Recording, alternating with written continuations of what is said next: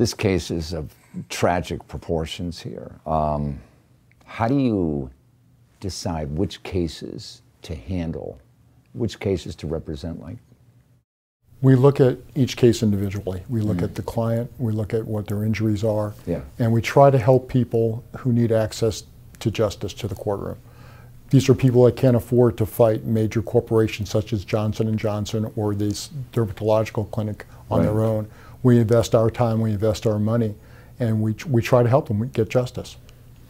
When you look at, when you're talking about justice, you know, oftentimes, and I've heard this many times, the defendant may offer a measly little settlement, you know, $10,000, something like that. No, in Ryan's case, it's going to require a lot of money to do these hip replacements for the rest of his life.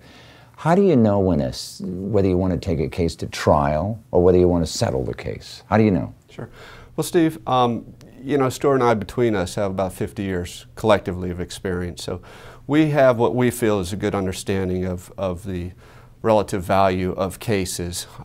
So what we do is we sit down with the client. Once we feel an offer is reasonable compensation, we'll sit down with the client and advise the client. Based on other cases of a similar nature? Absolutely, based on other cases of a similar nature. Right. Ultimately, Steve, it's up to the client. Yeah. Our job is to counsel the client and advise the client whether or not we think it's a fair and reasonable settlement. Okay, great. I hope that in Ryan's case you reach a fair and reasonable settlement, because he certainly deserves it. And I want to thank both of you for spending time with us today. Thank you. Thanks for joining us. You can get more information about our guest and the issues at insiderexclusive.com.